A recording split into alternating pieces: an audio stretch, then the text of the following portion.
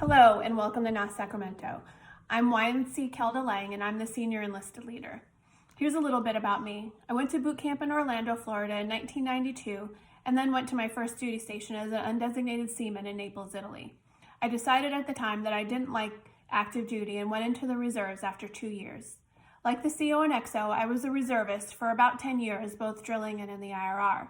I was in an MIUW unit, which eventually became the Coastal Riverine units, and a PERS MOB team where I was mobilized to NMPS New London after 9/11.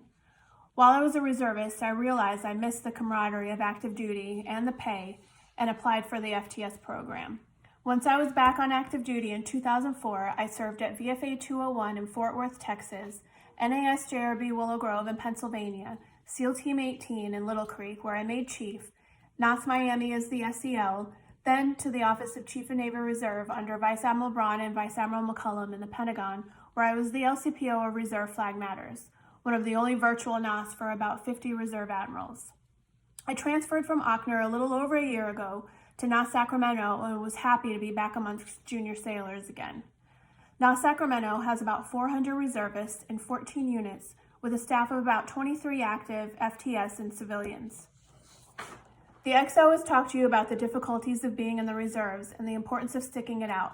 I echo that. If you were prior active duty, the reserves can be a frustrating place. You now have 2 days to do everything you had a full month to do.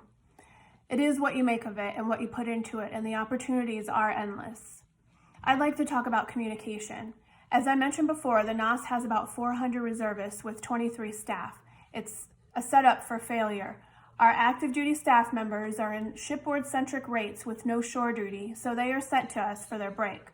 Many are in non-customer service-centric rates that are thrown into a community they know nothing about and are expected to provide flawless customer service instantly. Coupling that with all the other responsibilities not related to keeping you all mobilization ready and lacking the support that comes with being on a base, we have our hands full. I want you all to know that we are in this together. The staff truly cares about all of you and ensuring your continued success in the Navy Reserves. There cannot be an us versus them mentality between us. We can fail separately, but we can only succeed together. So back to communication. What I ask of you is to utilize your resources before reaching out directly to a staff member. We have a handbook that will hopefully answer general questions. Then your next stop should be your unit representative. If they can't answer your questions, they should reach out to the staff. Imagine 400 people reaching out to you for help. Doesn't it sound a little less stressful if 14 people did instead? You should also be keeping your chain of command informed anytime you have an issue. If all else fails, reach out to the staff, but be sure to use the email distro and copy the LCPO of the department and your unit leadership for situational awareness. My goal is for you or your unit reps to get a response within 24 hours. They may not be able to provide a solution to your problem within 24 hours, but they will acknowledge you. I just ask that you keep in mind all that I've just talked about that they are juggling to keep you and the NOSC afloat. Lastly, I want to talk about education. We all know that knowledge is power, but in the reserves, it's extra lethal. Arm yourself.